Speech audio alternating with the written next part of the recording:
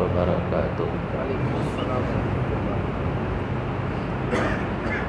بسم الله الرحمن الرحيم. الحمد لله وكفى وسلام على عباده الذين اصطفى. أما بعد، فأعوذ بالله من الشيطان الرجيم. بسم الله الرحمن الرحيم. فإذا قضيت الصلاة فانتشروا في الأرض وابتغوا من فضل الله. صدق الله العلي العظيم وصدق رسوله النبي الكريم، ونحن على ذلك من الشاهدين والشاكرين، والحمد لله رب العالمين. رب اشرح لي صدري ويسر لي أمري واحلل عقدة من لساني يفقهوا قولي. سبحانك لا علم لنا إلا ما علمتنا إنك أنت العليم الحكيم. اللهم رب زدني علما. اللهم إنا نسألك علما نافعا. اللهم جنبنا الفواحش والمعاصي والخطايا والزلل ما ظهر منها وما بطن. محترم حاضرین کرام، معزز سامعین سب، آج مئی کی 2 تاریخ ہے. کل 1 تاریخ تھی، 1 مئی. آپ حضرات اچھی طرح جانتے ہیں 1 مئی کو مئی ڈے منایا جاتا ہے، لیبر ڈے، عالمی یوم مزدور. پوری دنیا کے مزدوروں کا دن منایا جاتا ہے. آج مجھے اسی سلسلے میں عرض کرنا ہے. ممکن ہے کوئی آدمی یہ کہے کہ آخر مزدوروں کی بات کرنے کی یہاں ضرورت کیا ہے. یہ اصل میں ناواقفیت کی بات ہے. اسلام نے، پیغمبر اسلام نے مزدوروں کے حقوق بیان کیے ہیں. قرآن نے مزدوروں کے حقوق بیان کیے ہیں. ظاہر سی بات ہے، قرآن نے، پیغمبر اسلام نے احادیث میں جب حقوق بیان کیے گئے ہیں تو ہمیں جاننا چاہیے نا. ہمارے سامنے جو لوگ موجود ہیں یا تو کہیں مزدوری کرتے ہوں گے، یا وہ لوگ ہیں جو مزدوری کراتے ہوں گے. وہ لوگ ہیں جن کو اللہ نے کسی کے ماتحت کر رکھا ہے، یا وہ لوگ ہیں جن کے ماتحت کچھ لوگ ہیں. ایسے ہی لوگ ہوں گے نا. ہمیں جاننا چاہیے، سمجھنا چاہیے ہمارے آقا اور مولا جناب محمد الرسول اللہ صلی اللہ علیہ وسلم نے ہمیں کیا حقوق عطا کیے ہیں. اور اچھی طرح سے دل و دماغ میں یہ بات رکھیے کہ اسلام نے مزدور کو اور مزدوری کو وہ عظمت بخشا ہے کہ کوئی آدمی اسلامی اصول کے مطابق اگر مزدوری کرتا ہے، محنت مشقت کا کام کرتا ہے، کسی کے پاس کام کرتا ہے، تو اللہ اسے عبادت کا درجہ عطا فرماتے ہیں. عبادت کا درجہ اسے عطا فرماتے ہیں، حقارت نہیں. کوئی مزدور ہے، مزدوری کر رہا ہے، کوئی ملازمت کر رہا ہے، کوئی نوکری کر رہا ہے، کوئی چھوٹے موٹے کاروبار کر رہا ہے، حقارت کی نظر سے دیکھنا قطعاً جائز نہیں ہے. حضرات انبیاء اکرام علیہم السلام کے حالات کو اگر آپ دیکھیں، پڑھیں، بہت سارے انبیاء اکرام علیہم السلام ہیں جن کے پیشوں کو اگر آپ دیکھیں گے تو بڑی حیرت ہوگی. اللہ اکبر. قرآن کریم نے بیان کیا کہ حضرت نوح علیہ السلام نجاری کا کام کرتے تھے، یعنی بڑھئی کا کام کرتے تھے. اور قرآن کریم میں ہے، اللہ نے فرمایا وَاصْنِعِ الْفُلْكَ بِأَعْيُنِنَا. اللہ نے حضرت نوح علیہ السلام پر وحی نازل کیا تھا کہ آپ کشتی بنائیے ہمارے حکم کے مطابق، ہماری نگرانی میں. لہذا دنیا کے سب سے پہلی کشتی بنانے والے حضرت نوح علیہ السلام ہے. اللہ کے حکم پر، اور اللہ کی ہدایت پر وہ کشتی بنائی گئی تھی، کئی طبقوں پر مشتمل وہ کشتی تھی، اور طوفان نوح جب آیا تھا 6 مہینے تک وہ کشتی اس پانی پر تیرتی رہی ہے۔ تو حضرت نوح علیہ السلام اللہ کے پیغمبر ہیں، لیکن نجاری کا کام، کارپینٹر کہہ لیجیے آج کی زبان میں، کارپینٹر کا کام کرتے تھے۔ حضرت آدم علیہ السلام دنیا کے پہلے انسان ہیں، پہلے نبی اور رسول ہیں۔ حضرت آدم علیہ السلام یہ زراعت کا کام کرتے تھے، کھیتی باڑی کا کام کرتے تھے۔ کہا جاتا ہے کہ سب سے پہلے کپڑا بننے کا کام اور پیشہ حضرت آدم علیہ السلام نے شروع کیا ہے، اور حضرت آدم علیہ السلام نے اور اس طرح کے دوسرے کام کیے ہیں۔ حضرت داؤد علیہ السلام قرآن کریم میں ہے وَأَلَنَّا لَهُ الْحَدِيدَ عَلَّمْنَاهُ صَنْعَةَ لَبُوسٍ لَكُمْ۔ حضرت داؤد علیہ السلام کو اللہ نے وہ زرع بنانے کا حکم دیا تھا، تعلیم دی تھی، اور حضرت داؤد علیہ السلام زرع بنانے کا کام کرتے تھے۔ حضرت ابراہیم علیہ السلام اور حضرت لوط علیہ السلام یہ کھیتی باڑی کا پیشہ اختیار کیے ہوئے تھے۔ حضرت ہود علیہ السلام، حضرت صالح علیہ السلام تجارت کا کام کیا کرتے تھے۔ حضرت موسیٰ علیہ السلام گلہ بانی کا کام کرتے تھے۔ حضرت شعیب علیہ السلام مویشی پالنے کا کام کرتے تھے، اور مویشی کے دودھ کو فروخت کر کے اپنا گزر معاش اختیار کرتے تھے۔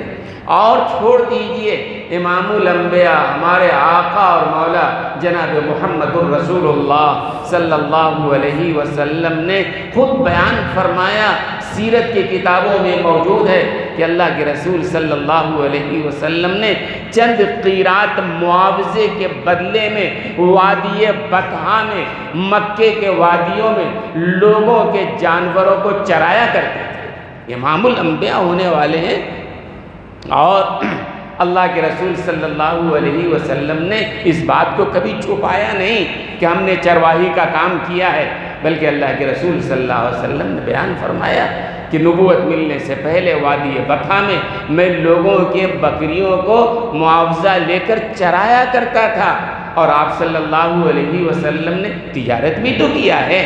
حضرت خدیجہ الکبریٰ رضی اللہ تعالی عنہ کا مال لے کر کوفہ اور بصرہ کی منڈیوں میں جایا کرتے تھے۔ تو دوستو اور بزرگوں، میں بتانا چاہتا ہوں کہ نبی جو بھی کام کرتا ہے اللہ کے حکم سے کرتا ہے، اللہ کے اشارے سے کرتا ہے، اللہ کے حکم کے بغیر نہیں کرتا ہے۔ ان انبیاء کرام علیہم السلام، حضرت ادریس علیہ السلام درزی کا کام کرتے تھے، سب سے پہلے درزی کا کام انہوں نے شروع کیا۔ تو ہر نبی نے کچھ نہ کچھ کیا، وہ نال بندی کا کام ہو، کھیتی باڑی کا کام ہو، بڑھئی کا کام ہو، درزی کا کام ہو، یا مویشی پالنے کا کام ہو، بکریاں چرانے کا کام ہو، یہ سارے کام انبیاء کرام علیہ السلام نے کیے ہیں۔ اور نبی جو بھی کرتا ہے اللہ کے حکم سے کرتا ہے۔ اگر عیب کی بات ہوتی، درزی ہونا کوئی عیب کی بات ہوتی تو اللہ کا نبی درزی نہ ہوتا۔ بکریاں چرانا اگر کوئی عیب کی بات ہوتی، امام الانبیاء نے یہ کام نہ کیا ہوتا۔ مویشی پالنا عیب کا کام ہوتا تو کسی نبی نے یہ کام نہ کیا ہوتا۔ کہیں مزدوری کرنا، کسی کے پاس کام کرنا، نوکری کرنا، ملازمت کرنا عیب کا کام ہوتا تو کسی نبی نے یہ کام نہ کیا ہوتا۔ حضرت علی رضی اللہ تعالیٰ عنہ نے ایک دفعہ ایک یہودی عورت کے پاس کام کیا، مزدوری کا کام کیا۔ اس یہودی عورت نے جو ہے وہ کھیتی کو سیراب کرنے کے لیے پانی نکالنا تھا، کھیتی سیراب کرنا تھا۔ ہر ڈول کے بدلے میں ایک کھجور ملازمت طے ہوئی، اور حضرت علی رضی اللہ تعالی عنہ نے صبح سے شام تک پانی سے اس کے کھیت کو سیراب کیا، اور بدلے میں جو مزدوری طے ہوئی تھی وہ مزدوری کھجور میں لے کر، مزدوری میں جو کھجور ملا تھا لے کر جناب رسول اللہ صلی اللہ علیہ وسلم کی خدمت اقدس میں حاضر ہوئے اور عرض کیا، یا رسول اللہ صلی اللہ علیہ وسلم، یہ میں نے آج مزدوری کی ہے، اللہ کے رسول نے خوشی کا اظہار فرمایا، اس کھجور میں سے آپ نے خود بھی تناول فرمایا۔ ہمت افزائی کی کہ محنت اور مزدوری کرنا کوئی عیب کا کام نہیں ہے۔ اگر عیب کا کام ہوتا اللہ اپنے نبیوں سے یہ کام نہ لیتا۔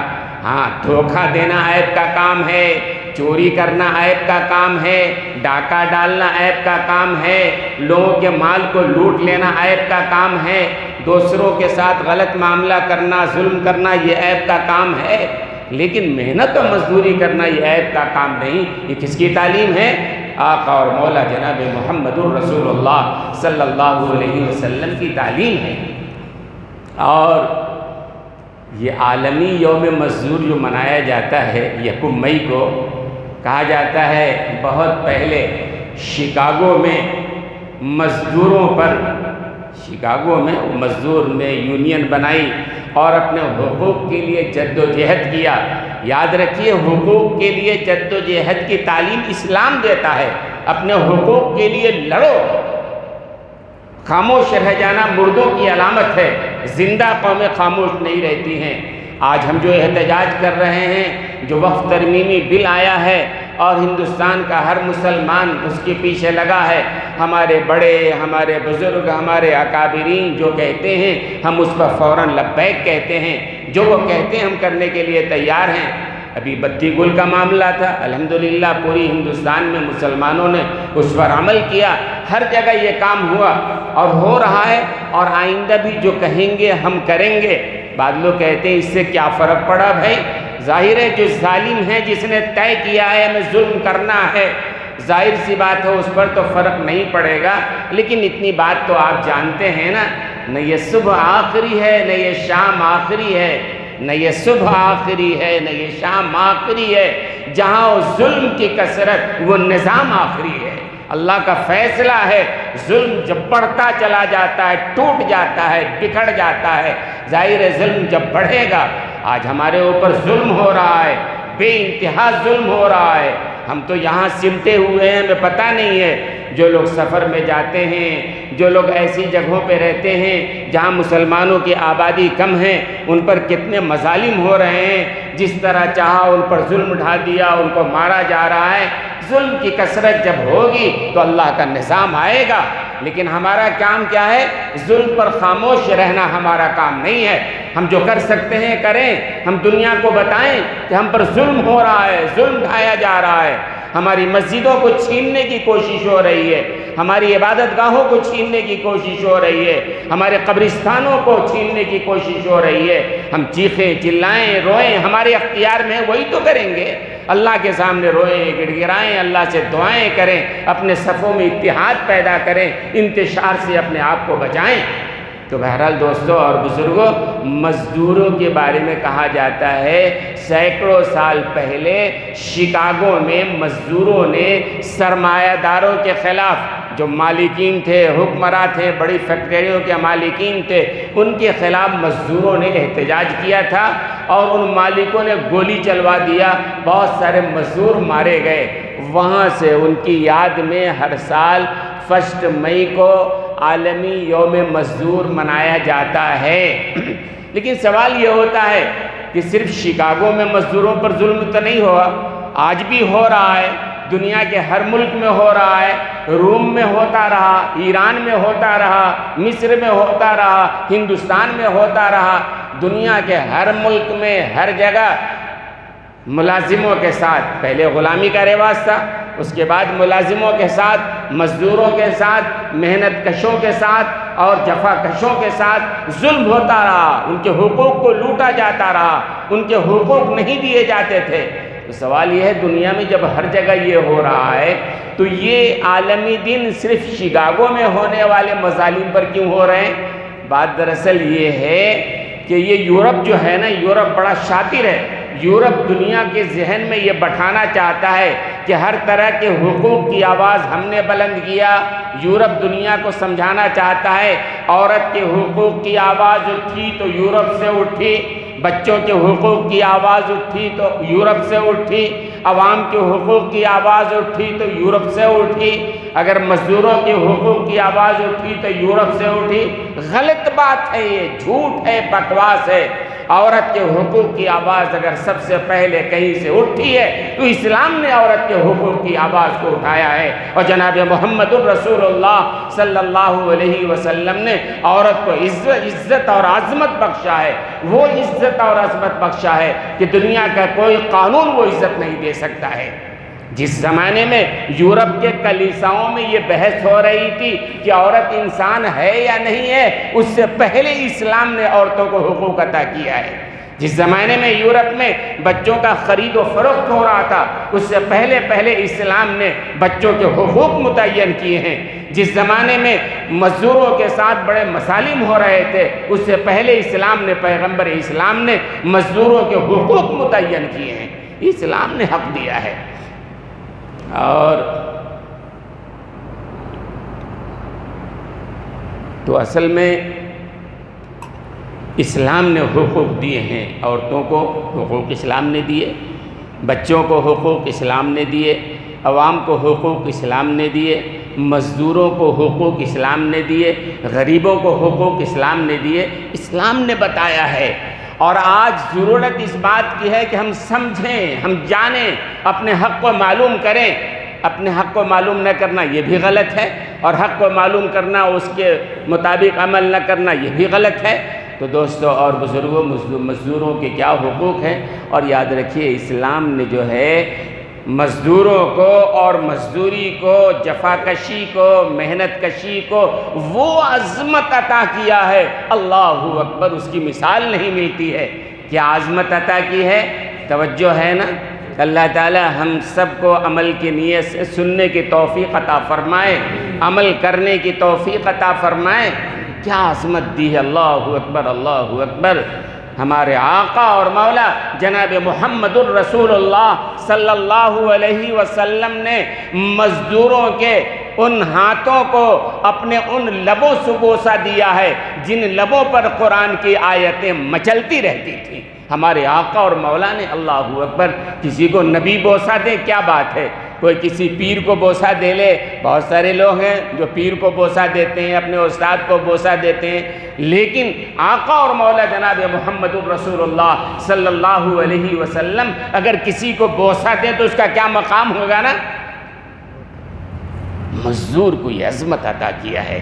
اسود الغابہ ایک کتاب ہے، اس کے اندر لکھا ہے کہ ایک دفعہ حضور اکرم صلی اللہ علیہ وسلم سے حضرت جابر رضی اللہ تعالی عنہ نے مصافحہ کیا، مصافحے کی سعادت حاصل ہوئی، اور یہ حضرت جابر رضی اللہ عنہ نے جب مصافحہ کیا اور حضور اکرم صلی اللہ علیہ وسلم سے ہاتھ ملایا تو اللہ کے رسول صلی اللہ علیہ وسلم نے دیکھا کہ حضرت جابر کے ہاتھ کھردرے ہیں، اس پر داغ لگا ہوا ہے۔ ہمارے آقا اور مولا جناب محمد الرسول اللہ صلی اللہ علیہ وسلم نے پوچھا، جابر یہ تمہارے ہاتھ کھردرے کیوں ہیں؟ ایک سوال تھا، ہاتھ کھردرا ہے، مصافحہ کیا ہے، پوچھا جابر یہ تمہارے ہاتھ کھردرے کیوں ہیں؟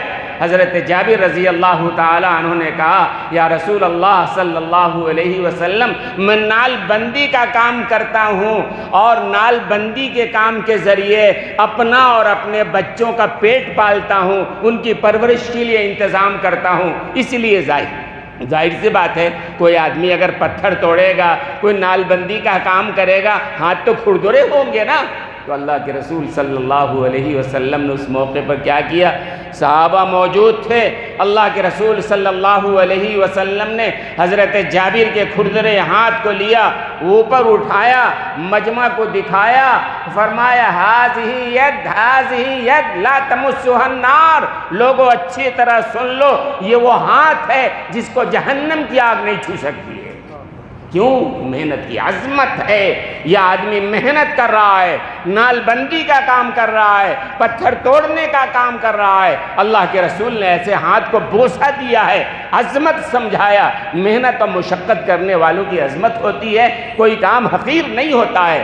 ہاں، چوری، ڈاکہ، حرام خوری، غلط طریقے سے مال حاصل کرنا، اسلام اس کی تردید کرتا ہے، لیکن محنت اور مشقت میں کوئی حقارت کی بات نہیں ہے۔ اور پھر دوسرا واقعہ حضرت معاذ بن جبل رضی اللہ تعالیٰ عنہ کا آتا ہے۔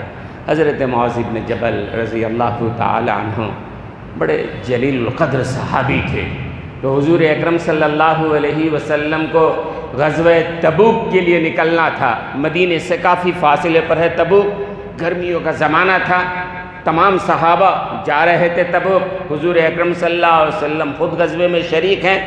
اور آپ جب جایا کرتے تھے مدینے کے باہر تو اپنی جگہ کسی نہ کسی کو قائم مقام اور خلیفہ بنا کے جاتے تھے کہ میرے بعد میرے مسلح پہ کون کھڑا ہوگا، میرے بعد میری جانشینی کون اختیار کرے گا۔ ذہن متوجہ ہے نا؟ میں توجہ دلانا چاہتا ہوں، اس بات کو سمجھو کہ حضرت معاذ بن جبل رضی اللہ تعالیٰ عنہ کو حضور اکرم صلی اللہ علیہ وسلم جب غزوہ تبوک کے لیے گئے ہیں تو آپ نے اپنا نائب حضرت معاذ بن جبل کو بنایا۔ جو نائب ہوگا وہی نماز پڑھائے گا۔ اور وہ بات تو یاد ہے نا کہ حضور اکرم صلی اللہ علیہ وسلم کے جب آخری وقت آیا، وصال کا وقت آیا، آپ بیمار پڑ گئے، نماز پڑھانے کے لیے نہیں آ سکتے تھے۔ جب تک آپ زندہ رہے، جب تک آپ دنیا میں رہے، سفر میں رہیں، حضر میں رہیں، جہاں بھی رہیں، امامت آپ نے ہی کیا ہے۔ آپ کے ہوتے ہوئے کوئی اور امامت نہیں کر سکتا تھا، آپ نے ہی امامت فرمایا۔ اب آپ بیمار ہیں، نہیں جا سکتے ہیں، تو اللہ کے رسول نے حضرت عائشہ سے کہا مرو ابا بکر فلیصلی بالناس، ابو بکر سے کہو میری جگہ پہ، میرے مصلی پہ کھڑے ہو کے نماز پڑھائیں۔ تو حضرت ابو بکر رضی اللہ تعالیٰ عنہ نے حضور اکرم صلی اللہ علیہ وسلم کے مصلی پہ کھڑے ہو کے نماز پڑھایا، چند وقت کی نماز پڑھائی۔ پھر اللہ کے رسول صلی اللہ علیہ وسلم کا وصال ہو گیا، اور وصال کے بعد جو ہے یہ مسئلہ کھڑا ہوا کہ آپ کی جگہ پہ آپ کا نائب کون ہوگا۔ اللہ کے رسول تو کسی کو متعین کر کے نہیں گئے، آپ کا وصال ہو گیا، آپ کی جگہ پہ آپ کا کون خلیفہ بنے گا، مسئلہ پیدا ہوا۔ مکے کے لوگوں نے کہا کہ مکے کا آدمی ہوگا، مدینے کے لوگوں نے کہا مدینے کا ہوگا، انصار نے کہا انصاریوں میں سے ہوگا، مہاجرین نے کہا ہمارے میں سے ہوگا۔ بڑا مسئلہ کھڑا ہوا۔ توجہ رکھیں آپ، آخر میں یہ بات طے ہوئی، خلیفہ حضرت ابوبکر صدیق کو بنایا گیا۔ اور کس بنیاد پہ بنایا گیا؟ تمام صحابہ نے یہ کہا کہ اللہ کے رسول صلی اللہ علیہ وسلم نے اپنی زندگی میں اپنے مصلی پہ جس کو امام بنایا ہے وہی آپ کا خلیفہ بھی بنایا جائے گا۔ بات سمجھ میں آئی آپ کے؟ جو امام ہوگا وہی خلیفہ بھی ہوگا۔ معاذ بن جبل کو اللہ کے رسول غزوہ تبوک جا رہے ہیں، آپ نے کہا تم ہماری جگہ پہ مصلی پہ قائم رہنا۔ امام کی بات سمجھ میں آئی کہ اسلام میں کیا اہمیت، کیا مقام ہے؟ آج ہم نے امام کو، ہم نے مؤذن کو، ہم نے علماء کو کیا درجہ دیا ہے، خود اپنے دل و دماغ میں اس بات کو لائیے کہ ہم نے اپنے اماموں کی کیا حالت بنا رکھی ہے۔ مزدوروں سے بھی بدتر حالت ہم نے بنا رکھا ہے۔ مزدوروں کے بھی حقوق ہوتے ہیں، لیکن یہاں تو کوئی حقوق کا نام بھی نہیں لے سکتا ہے، ڈکٹیٹر ہے، جو چاہیں ہم فیصلہ کریں۔ تو بہرحال حضرت معاذ بن جبل رضی اللہ تعالیٰ عنہ جب قائم مقام ہوئے اور اللہ کے رسول غزوہ تبوک گئے، وہاں سے لوٹ کے آئے تو حضرت معاذ بن جبل نے مصافحہ کیا۔ تو اللہ کے رسول نے کہا بھائی میں گیا تھا تو آپ کے ہاتھ کھردرے نہیں تھے، ہاتھ کھردرے ہیں، کیا بات ہے؟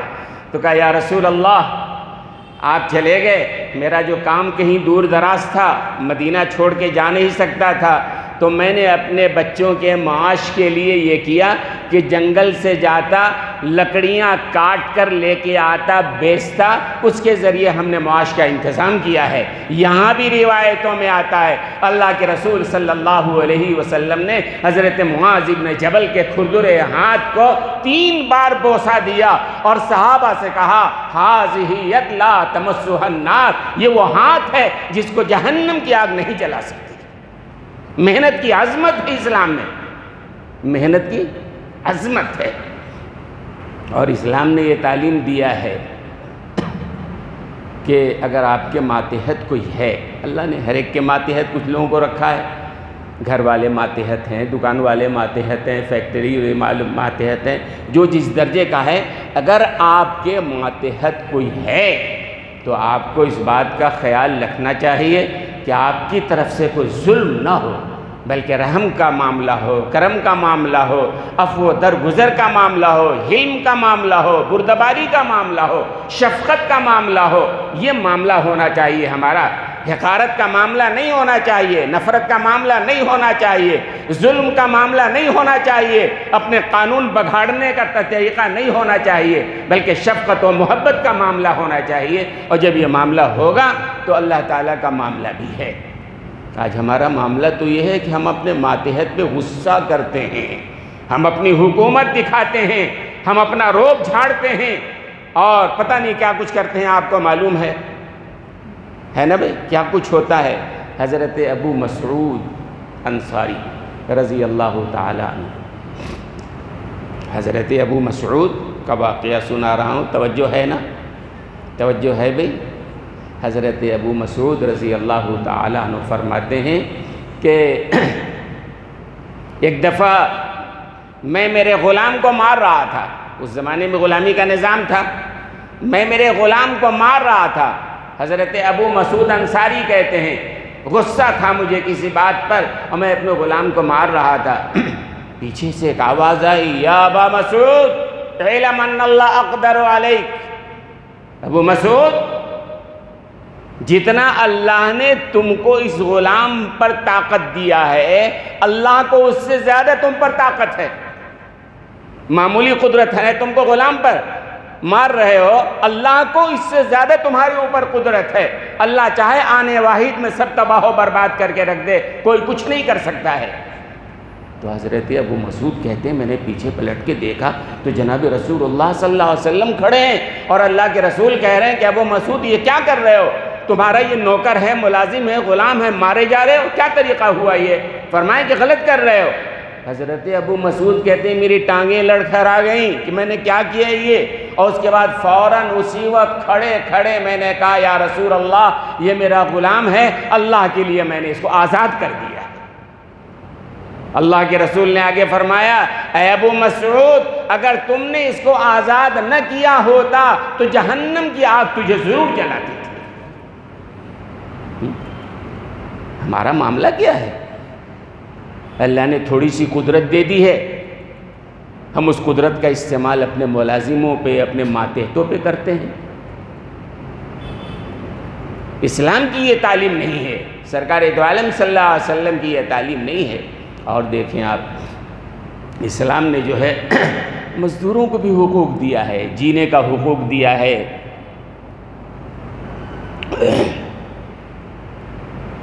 ہر طرح کے حقوق ان کو اسلام نے دیے ہیں۔ حضرت عمر رضی اللہ تعالیٰ عنہ ایک دفعہ رات کو گشت، امیر المومنین تھے نا، محل میں نہیں رہتے تھے، رات کو گشت کے لیے مدینے کے گلیوں میں نکل جاتے تھے کہ جو ہمارے ماتحت ہیں، امیر المومنین ماتحت سب لوگ ہیں نا، دیکھیں کوئی کسی تکلیف میں ہے، کیا ہے نہیں ہے۔ تو حضرت عمر رضی اللہ تعالیٰ عنہ نے دیکھا کہ ایک گھر سے گانے کی آواز آ رہی ہے، مستی کی آواز آ رہی ہے اور گانے کی بجانے کی آواز آ رہی ہے۔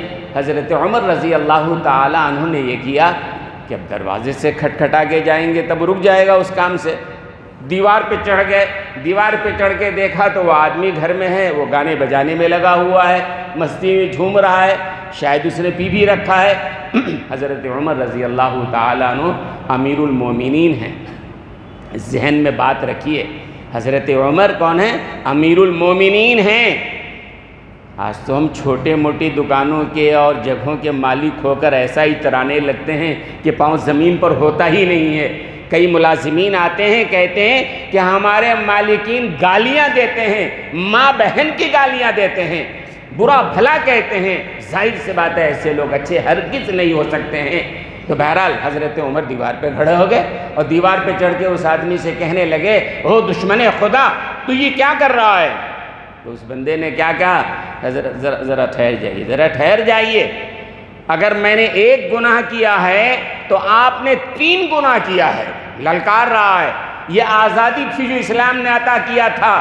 آج ہمارے ہاں زبانوں پر پابندی لگ جاتی ہے، ہم مالک ہیں، ہمارے خلاف بات کرو گے آپ؟ حضرت عمر امیر المومنین ہیں، انہوں نے دیکھا کہ یہ گا رہا ہے، بجا رہا ہے، حضرت عمر نے للکارا تو اس آدمی نے کہا حضرت ذرا رک جائیے، ذرا رک جائیے، اگر میں نے ایک گناہ کیا ہے تو آپ نے 3 گناہ کیا ہے۔ حضرت عمر نے کہا بھئی میں نے کیا گناہ کیا ہے؟ کہ اللہ سب سے پہلا گناہ تو یہ کیا ہے کہ قرآن کریم میں سورہ حجرات میں ہے، قرآن پڑھیے، سورہ حجرات میں لکھا ہے وَلَا تَجَسَّسُوا، کسی کی جاسوسی کرنا حرام ہے۔ آپ نے جاسوسی کیا ہے میری، اور قرآن نے جاسوسی کو حرام کہا ہے۔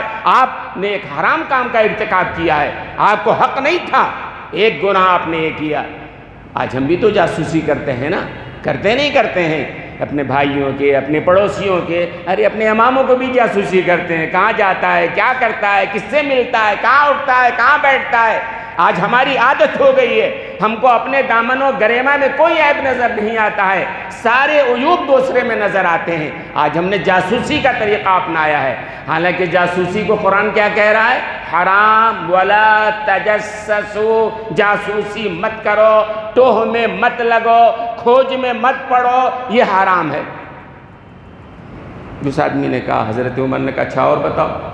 کہ دوسرا گناہ آپ نے یہ کیا ہے کہ اللہ نے کہا گھر میں داخل ہونا ہو تو دروازے سے داخل ہو، آپ دروازے سے نہیں آئے، دیوار پہ چڑھ کے آپ آئے ہیں، یہ دوسرا گناہ ہے۔ ایک معمولی آدمی امیر المومنین کی آنکھوں میں آنکھیں ڈال کے کہہ رہا ہے، اور یہ اسلام نے حق دیا تھا، اختیار دیا تھا۔ آج ہم کو اپنے حقوق کا بھی پتہ نہیں ہے، کوئی مار رہا ہے سر جھکا کے مار کھا لو، نہیں، اسلام کا اصول ہے من قتل دون مالہ فہو شہید، من قتل دون نفسہ فہو شہید۔ کوئی اگر تم کو مارنے آ جائے، اسلام کا حکم یہ نہیں کہ سر جھکا کے مار کھا لو، مارو تم بھی، اگر اس لڑائی میں مارے جاؤ گے اللہ تمہیں شہادت کا درجہ عطا فرمائے گا، یہ اسلام نے کہا ہے۔ تو اس معمولی آدمی نے حضرت عمر سے کہا، حضرت عمر خاموشی کے ساتھ سن رہے ہیں، روب نہیں جھاڑ رہے ہیں کہ میں امیر المومنین ہوں، میں اسٹیٹ کا مالک ہوں، میں سی ایم ہوں، بڑا ہوں، نہیں۔ دوسرا گناہ دروازے سے آنا چاہیے، اللہ نے کہا دروازے سے گھر میں داخل ہو، آپ دیوار چڑھ کے آئے ہیں، دوسرا گناہ۔